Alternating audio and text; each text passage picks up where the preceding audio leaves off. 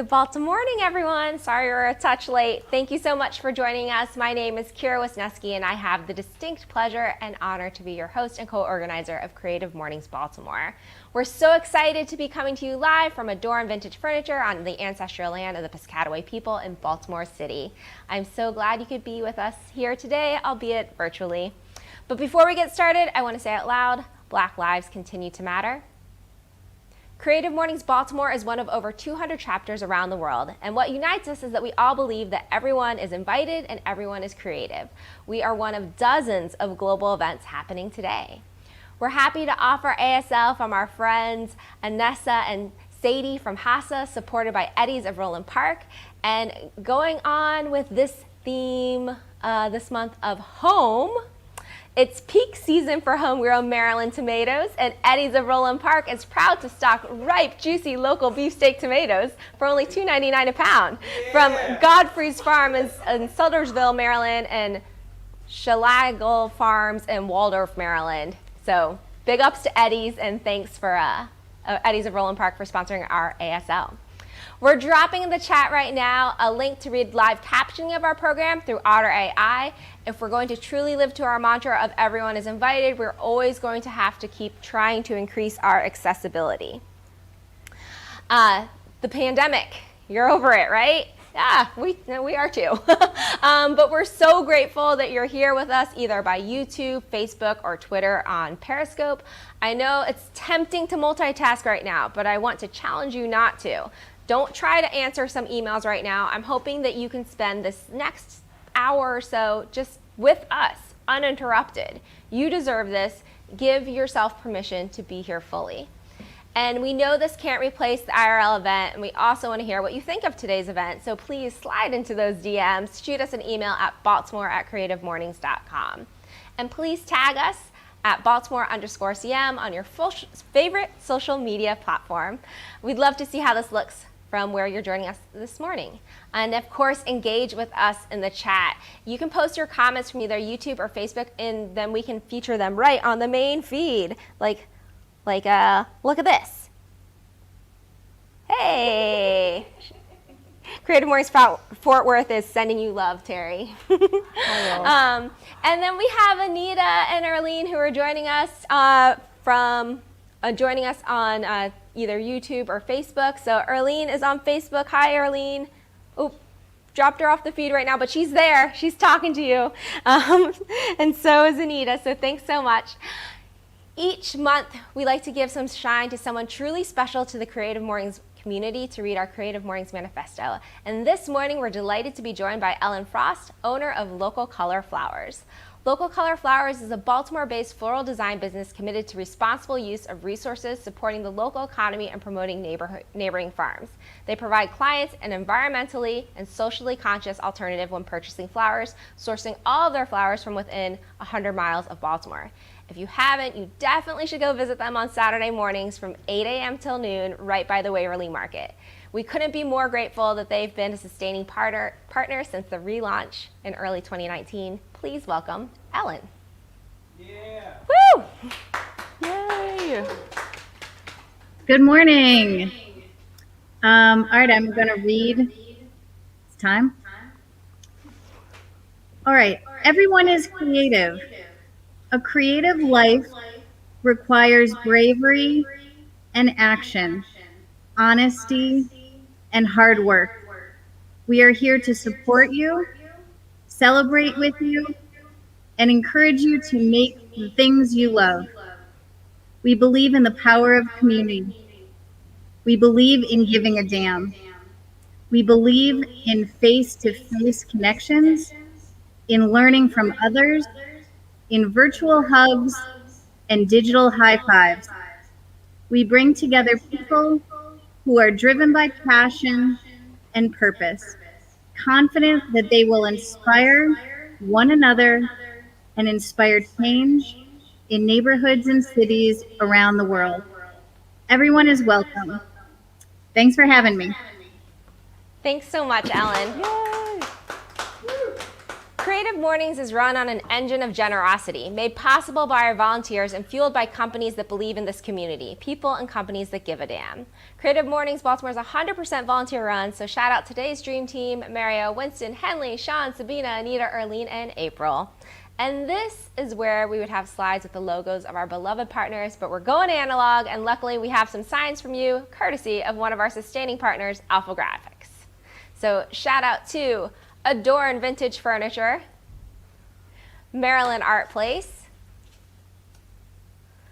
Local Color Flowers, Hassa, Eddie's of Roland Park, got you those summer tomatoes, Alpha Graphics, Pixelated Photo Booth, White Tea Co., and Impact Hub of Baltimore. I've said it many times, but on a very personal level, one of the greatest things about Creative Mornings Baltimore is the opportunity to work with some of these favorite brands. And we really want to encourage you to support them more now than ever. You can either buy directly from them. Also, if you don't have monetary means right now to support them, go like them or follow them on social media. Give them a positive review. Like, these local businesses that really make our community what it is really need your support right now. And we also want to give a shout out to our global sponsors sponsoring all 200 plus Creative Morning chapters. So thanks to Skillshare and MailChimp. We're dropping a link in the chat that lists all of our wonderful sustaining partners, as well as the folks we've been fortunate enough to work with since our reboot. And if you can, go ahead and support them. Ooh. Creative Mornings Kansas City chose July's home theme, and Allison Carrick Williams created the accompanying illustration. So we can see that real quick. Hey, there it is.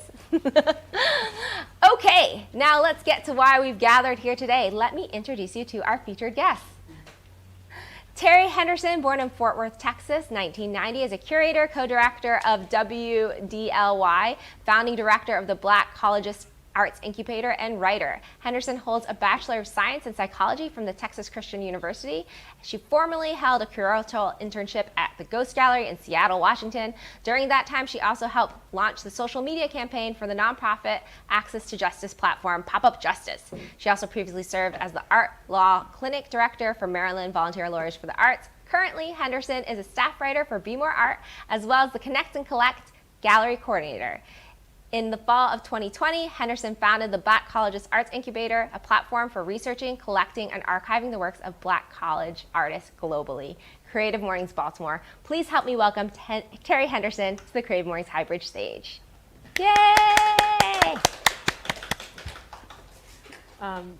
Excuse me. In 2019, Solange Knowles released an album and a film entitled When I Get Home. In a statement after the release, she said, "The film is an exploration of origin, asking the question, how much of ourselves do we bring with us versus how much do we leave behind in our evolution?" I thought that opening with this quote with the woman born in Texas made the most sense for my presentation today. I'm from Fort Worth, Texas. I was born and raised and lived my life within a 10-minute radius of Fort Worth. After high school, I went to TCU. After graduation, I worked for TCU for 2 years, and I moved to Baltimore for law school because I wanted to get the fuck out of Texas, and I recognized that in order to grow, I needed to leave home. So there's a phrase back home: once a Texan, always a Texan. I've been blessed to travel extensively, but up until about 6 years ago, Texas was my only real home. I believe that the rugged pride that Texans have for Texas is similar to the same sentiments that Baltimoreans have for Baltimore. And I think perhaps for me, even when or if I move away, once a Baltimorean, always a Baltimorean. So I want you to consider, how many times have you moved? How many places have you lived? How many different spaces can you call home? In Giovanni's Room, James Baldwin said, "Perhaps home is not a place, but simply an irrevocable condition."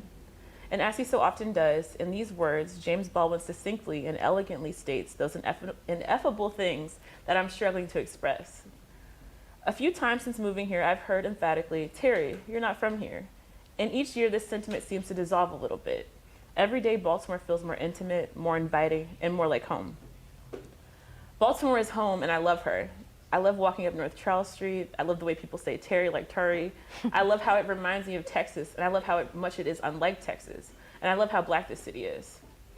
Baltimore is a city of hustlers and a place where you can make anything happen.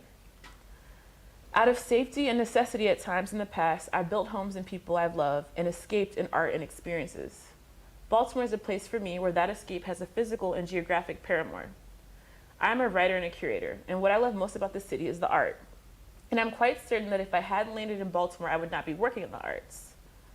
On an alternative timeline, there's another Terry who's a lawyer who isn't as wild or adventurous as I am. I moved to Baltimore in 2016 with a scholarship to UB Law. That endeavor didn't turn out well in a sense. I'm clearly not an attorney, but I'm so grateful that I accepted that scholarship because if I hadn't come here, I would never have fallen in love with this gritty and majestic place, my home. I originally thought that I would stay here for a year and then transfer somewhere else, but I got here and I got comfortable. And that's when I started going to the Crown. I would be there like 5 days a week because I didn't know anyone yet, and that was the way that I made friends. I have a theory that all of my relationships can be traced back to the Crown. In Baltimore, I realized that law was not my passion, and I realized how I found another home in the arts and in artists and in artistic endeavors. I interned at a gallery in Seattle during my 1L summer, and then I came back and I continued to make this place my home. In 2019, I started a nomadic curatorial platform with my friend Malcolm Lomax. I also interned at Maryland Volunteer Lawyers for the Arts, where I was the absolute worst intern, and now I'm on the board of directors. Hello, Adam. I also started freelancing for Be More Art, where I now work full-time as their gallery director and a staff writer. So I find hope in the artworks of my friends and the people that I love. I find home in the Crown, in Belvedere Market, in Mount Royal Tavern, in Artists and Craftsmen, at Sugarvale, at Connect and Collect, in my friend Malcolm's living room, at Alexa's dining room table, at Red Emma's, when I call my Aunt Peaches on my walk up North Charles Street and get coffee from Safeway, and in cyberspace on Baltimore Twitter. All of these places contain those irrevocable conditions that Baldwin described. So COVID has allowed a lot of time and space for reflection and introspection. The first few months of quarantine were deeply lonely for me. I live alone, and the forced isolation and confinement in my home and out of safety was unsettling. Like all of us, I spent time at home. I would go days without speaking words to other people. My communication was reduced to text messages and emails. And daily I would walk around the park at Mount Vernon. I joked that place became an extension of my living room. I think that being forced to be disconnected and away from all the things I fell in love with about Baltimore is what made me fully realize that this city, it is my home. And for the past few years, I've been trying to locate and define where and what is my home. When I interned in Seattle after my first year of law school, I remember longing for Baltimore. Whenever I leave and return to the city, I love the feeling of seeing the city skyline after my red-eye home, because those are cheaper. So think, who or what and where and why and with what do you make your home? Baltimore has been home because it has allowed me the space to become myself. And for so many years back home in Texas, I kept parts of myself hidden. Baltimore is also the first place where I've lived being fully out as a queer person, and there's even power in naming that freedom in this space, on this platform, and on this day. Forever, Baltimore is my home and will forever be ingrained in my memory. This city has deeply affected me. Baltimore has been critical. Baltimore has brought me friends that have become my family. Baltimore has allowed me to become more of myself. Baltimore has been laughter and tears, and I hope for years to come it will continue to echo these things for me. So all of that goes to say, I am grateful for my time on this planet and in this city. I am indebted to Baltimore for the connections that I've made, the relationships that I've built, and wherever I roam, I will carry Baltimore, Maryland with me in that space reserved directly next to my home of Texas. So I want to end by saying, thank you to Baltimore for being my home, and thanks y'all for listening. Yeah!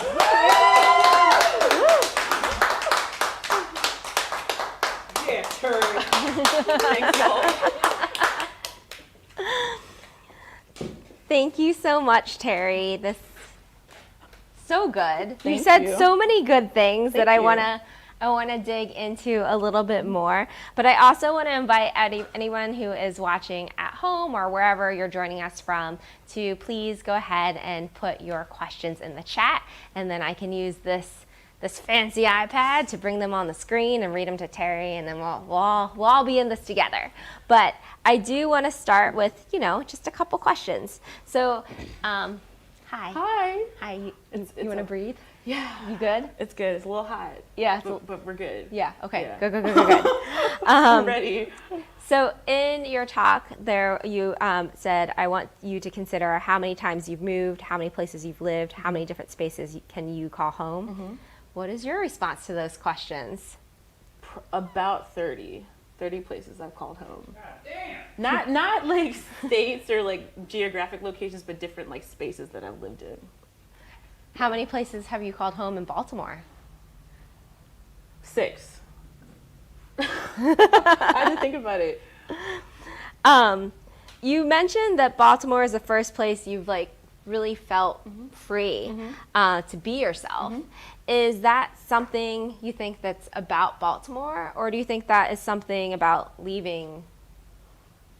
I think it's both. I think like part of me like leaving Texas and coming here was like a fresh start, like cutting ties with like things that were not healthy for me and relationships, and then being here, like Baltimore's just such a creative space and like allows you to decide who you want to be, like not in this weird way, but like this is how I want my life to be. So I don't know if I would be the same version. Well, I wouldn't be the same Terry if I lived in like Seattle or New Orleans. So yeah, we're out here. You mentioned finding home in different people. Yeah. Can you speak more to that? Yeah, I think that when I got the assignment, I guess, for the talk, I was like, how do I talk about home in a way that makes people not think about just like a physical space? And I know we talked a little bit like during dress rehearsal about how you can like find home in other people, and it just changes based on where you are in your life. So like right now it's just people that are like affirming and supportive and mostly nice and creative. Yeah, that's it. Yeah. Is there a common thread in all these places and people you call home, or do you think it's more of like what you needed in the moment? I think it's what I needed in the moment, for better or for worse. Yeah. Yeah. Can you speak more to that? Bad relationships. So yeah, but that's the thing about it's like an incubator for creativity. That's why I like being here. You did mention a little bit about talking about the pandemic and how we were all physically in our homes a lot this past year. What do you think of the concept of home in that context? I feel like being forced to be like in my house and like not go out and do fun things made me decide that I was like, okay, like I want to I think it's like nesting. Like I want to like get a nice couch instead of whatever was on sale on Craigslist. So it's like, it just makes me like, I hung up artwork for the first time since I moved here. Things like that. Just trying to make my spaces inspiring and comfortable as possible. Tell us about this couch. It's so great. I got it from Wayfair. It's green velvet. It folds out, so if anybody spends the night, they have a bed. So there's that. And I hear you also got a TV for the first. I did. Yeah, I bought a TV. Like that was the first time I bought a TV in years, and I was like, okay, like, this is why people have TV. Like I get it. And now I watch 90 Day Fiance every day. There's a channel. There's a whole Amazon channel that's just not. It's so addicting. Yes. What season are you on right now? I've seen all of them. Is it like The Other Way or Happily Ever After? Listen, we can talk about that another time. That's my show. So if you have questions about 90 Day Fiance, like Terry's ready or for Sex them. and the City also. Those two. What do you think of the term Smaltimore? It's true. I heard it. Yeah, it's true. I think that, again, like I haven't lived my adult life in Texas aside from school, but it's just like coming here, there is like always like those degrees of, is it like 6 degrees of stuff? That's before my time. It's like everybody like knows somebody that knows somebody. Like even Mario, like he knows my best friend and her partner and like also Adam. So, which is can be a little unsettling because he'd be like, yeah. I'm all up in your business. Yes. And I think social media also amplifies it. And I also think like the art community is even more like close knit. Is that a good thing or a bad thing or somewhere in between? In between. Definitely in between. Yeah. Because I feel like there's some people who kind of reject the term Smaltimore. Yeah. For me, it absolutely is. Yeah. Yes. For better or for worse. But that also like helped me build community. So. Yeah, absolutely. Yeah. You had mentioned in your talk when you're talking about the people and the places where you've called home, you mentioned the Crown and how you used to frequent there. Still. And I understand you're working on a project with Be More Art right now. Can you tell us Yeah. about it? Yeah, it's crown selfies. So like Kara Ober is my boss, and we were talking about like how we missed the crown like before they reopened, and we were like, everybody has like a crown selfie. So we're crowdsourcing photos that people have taken in the crown, like especially like the bathroom selfies. Have you ever been in there? Yeah. So if you have one, please send it to me. And then I did like a Q&A with the curator there, and it should come out next week. So anybody, send me your selfies or hashtag crown selfies, please. Blurry photos. That's fine. I feel like the crown is like a young people space. Just like feeling real old about it. But anyway, that's just I've me. seen people's dads in there. Like that's definitely happening. For sure. People's dads just showing up at the crown. They are with their kids. I'm not lying. Yeah, I love it. What other questions do people have? I feel like people are being very nice in the chat, saying things like, I'm proud of you, you got this, and Aww. sending, Hi, Isaiah. star eyes emojis and heart eyes emojis. Aw, thanks, y'all. And like little like stardust. But where are your questions, y'all? Oh, here we go. We got one from Johnny. Okay. So Johnny's joining us on YouTube, and they ask, do you have any tips for finding a community when moving to an entirely new area? I think it's just find your interest and keep going to the same space, and then people will start, like that's what happened. I just like kept going certain spaces. Social media is nice. Like if you have a like neighborhood group, like Mount Vernon neighbors, to meet people, and then just don't be afraid to talk to people. Like it's definitely different here than it is back home in Texas. Like I think I got here and I was like, hi, and then people were like, okay. But now it's I don't know, just try. Don't be afraid to ask people to like have coffee, stuff like that. But it's terrifying, but you got this. Here is a question coming from Erlene on Facebook. She asks, you mentioned folks making you feel that you are not from Baltimore, but that no longer happens. How did you convince Baltimore to accept you? It still happens. Somebody that I know who's a colleague of mine was like, when you're in Baltimore for 5 years, you can start saying that you're like fully entrenched, you're in Baltimore. It still happens. But I also get like, oh, I thought you like were born here, and I'm like, I was not. Like I love Baltimore, but I wouldn't claim that this is my birthplace. Because like I said, I have like roots in other places. I do think it's something, and we talked about this when we were talking about this talk, about how when people ask here in Baltimore, like, what school did you go to? Like they mean your high school. Yeah. Yes. And if you can't name a high school, then you get a little side eye. Yep. And I'm like, Lake Worth High School in Fort Worth, Texas. Yeah. Where did you go to school? Poly or City? Yeah. Oh, of course. Yeah. There's like some BSA people in the room right now. Here's another question. Mm-hmm.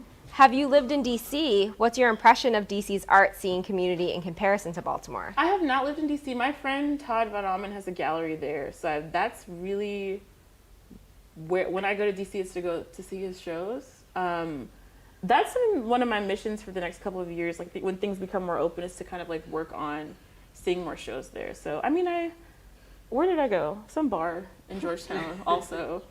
But other than that, no, I haven't. It makes me. I need to because I love the mark. It's only $8. Yeah. The next question is coming from Emilio. Hey Terry, how can your family and fans help support the work you do in the Be More Art community? Read. Not just like support us. Subscribe to Be More Art. Kara will be happy I said that. Subscribe to Be More Art. There's a link on our website. And then just like continue to send us stuff. Like sometimes I get emails and I was like, oh, I didn't know that was happening, so now I can go. And just read my stuff. If you hate it, let me know so I can try to be a better writer. Oh.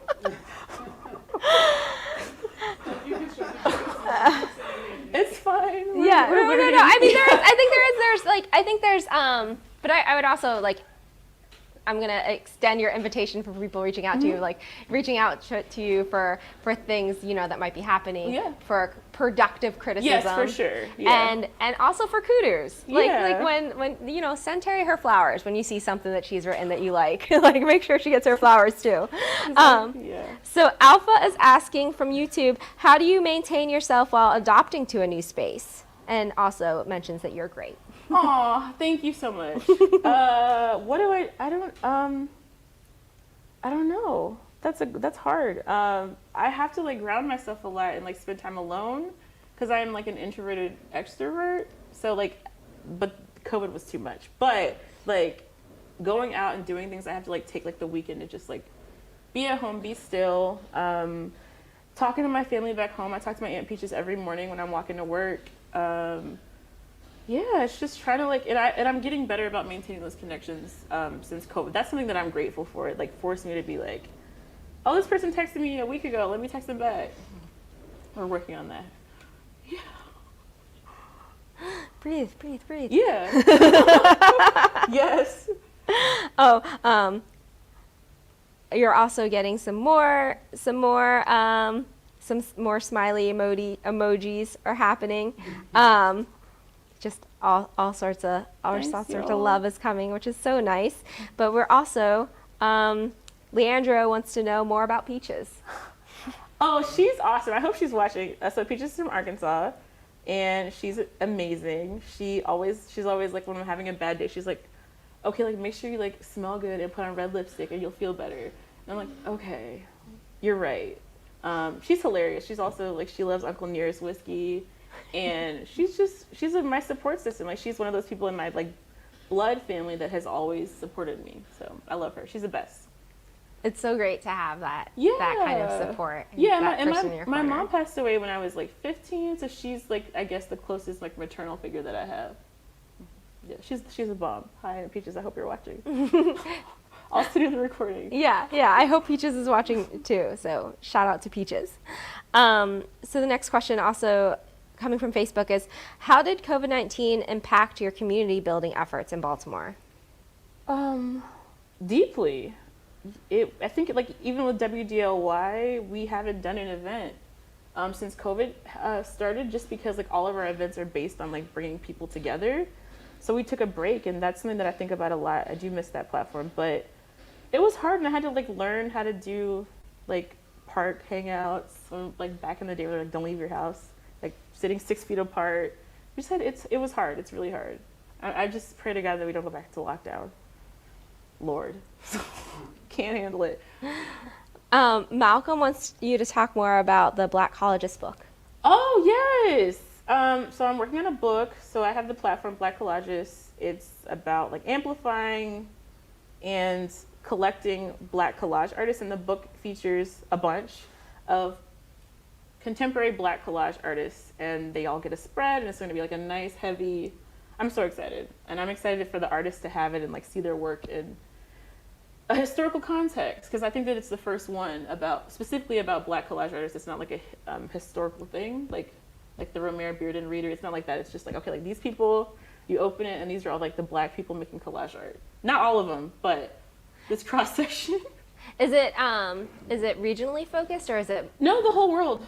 Nice. Yeah, like we have people from everywhere. That's I'm really amazing. excited. It's been a lot of work, more work than I thought, but I'm excited. I never thought I would write a book. Do you have a timeline for release? Yeah, it comes out in November. It's in time for Christmas. How can people learn more, or pre-order, or support follow that? Black Collages on Instagram, and then when the pre-order link goes up, I'll put it there. But yeah, just stay tuned. Yeah. Great. What other questions do folks have? Do folks in the room have a question? Erin, do you have a question? What, aside from the crown, what was your favorite first thing that you did in Baltimore? Like when you first got here for law school, what was the thing that? Going to Red Emma. Wait, hold on, I'll repeat it. So Erin, who is in the room, a past speaker, go check out her talk on Muse.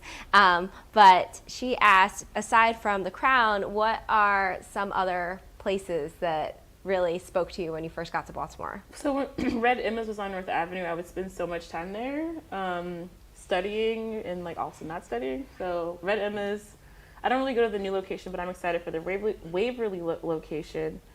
And then the BMA, it was special for me to go there and just be like, I was like, okay, like, I think I saw like, just like the Generation show was incredible. That didn't just happen, but that was just another moment where I was like, this is amazing. Like so many artists that I've been obsessed with not my whole life, but for a while, I was able to see their work.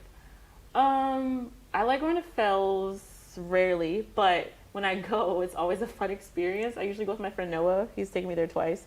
And I like, of course, the restaurants are amazing. I love Tilted Row. Where else? La Calle is awesome. It's like the closest to like any kind of good like Mexican food I've had back home. What else?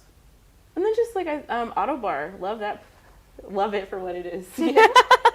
Love Auto Bar. Thanks, Henley. Henley put the Black Collegeist Instagram on the screen. Thank you. Shout out to Henley for that. Arlene over on Facebook is asking, what's your favorite James Baldwin book? Oh, wow. Another Country. Nice. That was quick, though. Yeah. You're like, yeah, got it. My friend Ben gave me that book when I was, like, super depressed, like, bad. And it was just, like, something that united us. Like, it's after I moved here. And then I created a show about Afro-Surrealism last year that was called Another Country. So James Baldwin is everything. Like... Give him his flowers. Yeah. He's everything, yeah. Everybody should read James Baldwin. Another question is, as a Black woman, how empowering is the business financing aspect of Baltimore's art scene? How, is the what, sorry? How empowering is the business financing aspect of Baltimore's art scene? I don't understand that word. Like how empowering is it working on the... I mean, I really like my job at Be More Art, and I always try to highlight people that look like me. That's kind of my mission, is to uplift, like the same thing as WDOY, like uplifting Black and brown and queer creatives. But I mean, that's not all that I read about. So just kind of like that, and then just trying to network, all that jazz. A question that Alpha has is, in one word, so this might be, I don't know, you're so good at words though. In one word, Thank you. Baltimore is... Just one. Everything. Period. Oh, Yeah. Yeah. we love that. That's a new profile for you. Henderson, good at words. It's true. Thank you. Let me sign the letter. I appreciate Oh, we y'all. got a rephrasing of that question. How difficult is it to get support and financing for Black women, for people of color? I mean, I think it's hard. You have to look, which is like daunting it's like, if you don't know how to do it, it's hard. But they're like really good grants. Like the Rubies is fantastic. And what else? Yeah, you just have to kind of look at Be More Art. We got some stuff on there, I'm sure. There's a section. Speaking of Be More Art, a question from Kara. Hi, Kara. If you had unlimited funds, what are 3 works of art you would buy? Oh my God. Damn. Oh my God. Oh my God. A Lorna Simpson original piece. Something that I could make a lot of money from, like by flipping it. Let me think about this. Like a Jeff Koons, I would sell that real quick. And so Lorna Simpson, Jeff Koons. Oh my God, this is hard. And then a Romare Bearden. Like, I'm really into collage right now, and it just would be amazing to have his work wherever I live, wherever home is. Like, that would be cool. Thanks, Kara, for putting me on the spot. Kara on Facebook has asked, what are some things that you see in your home in Baltimore that remind you of your Texas roots? Oh, so I actually just got a postcard from Aunt Peaches yesterday with bluebonnets on it, and it made me cry because I miss seeing them. What else? I think I have like, well, all my like TCU t-shirts. I have a TCU blanket because I still like TCU, go Frogs. What else? Just things like, and then just things like books that people have given me. Like I have books that my friend Ben has given me, who's back home. Just those kind of things, photos. Nothing like too special. Like I don't have like a Texas flag in my living room yet. Yet. That's actually a good idea. I just also want to note that Susie said, "Ugh, Jeff Koons." This is to make money. It's an enterprise, Susie. It's for all of us. It's for all of us. Yes. To which Kara laughed. Good to see the Be More Art fam Yeah, just like thank in you. the Happy feed birthday, today. Kara. Happy birthday, Kara. If people have more questions, we're ready for them. Henley's like, yes, I do. What are the things that about Baltimore that remind you of Texas? To rephrase that question a little bit. That's a good question. Like I said, like people being like, I'm from Baltimore, and I like Texans are always like, yeah, I'm from Texas, like, and we're also Texans are really like, especially now, like anti-Californians and like anti like people who are moving in and like raising like Dallas. I can't afford to live there anymore. Like when I left, it was a lot cheaper, and I think that Baltimore has that similar like, is it rugged individualism? Is that the term where you're just like, this is where I'm from, Baltimore pride. I hate crabs, but there's like crabs everywhere. What I'm trying to think what else reminds me back home. I really like the aquarium. There's a really good aquarium in Dallas that reminds me of the one in Baltimore. The music scene is fantastic in Dallas, and it is amazing here too. I like the museums are great in both places, but the Modern in Fort Worth has a really good contemporary art collection, and the BMA is working on like developing theirs. They just got some really good acquisitions that you can look online and see like they're collecting work by local artists, so that's cool. Well, Terry, I want to thank you so much for joining us this morning. I did not pass out. You did so great. Yeah. Shout out to not passing out. Yeah. Shout out to home and Yeah. in many places and many you. definitions. Thank And you, shout out to you for being here. Thank you for inviting me. Of course. We do want to give everybody at home the opportunity for a selfie moment. Yeah. So, Mario, can you actually zoom in on Terry here? Yeah, Oh, Lord. that's you, friend. Hi, everybody. Yeah.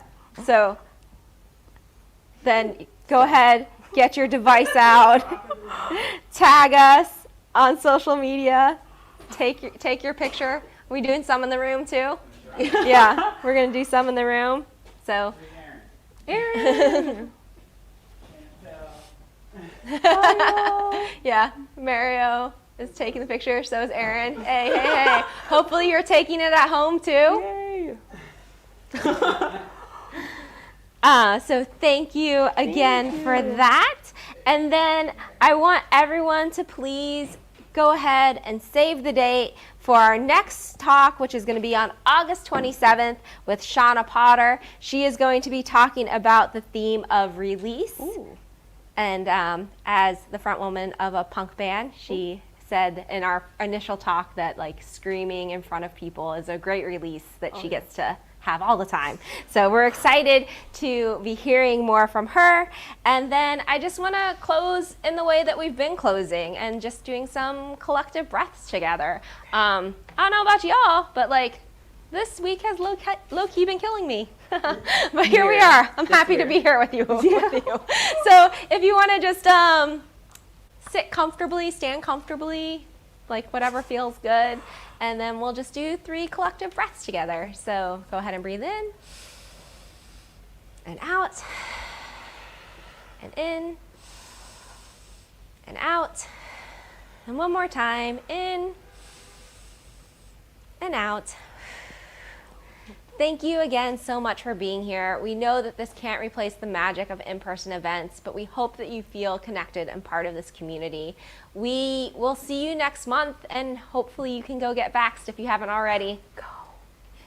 Thanks, y'all. Bye.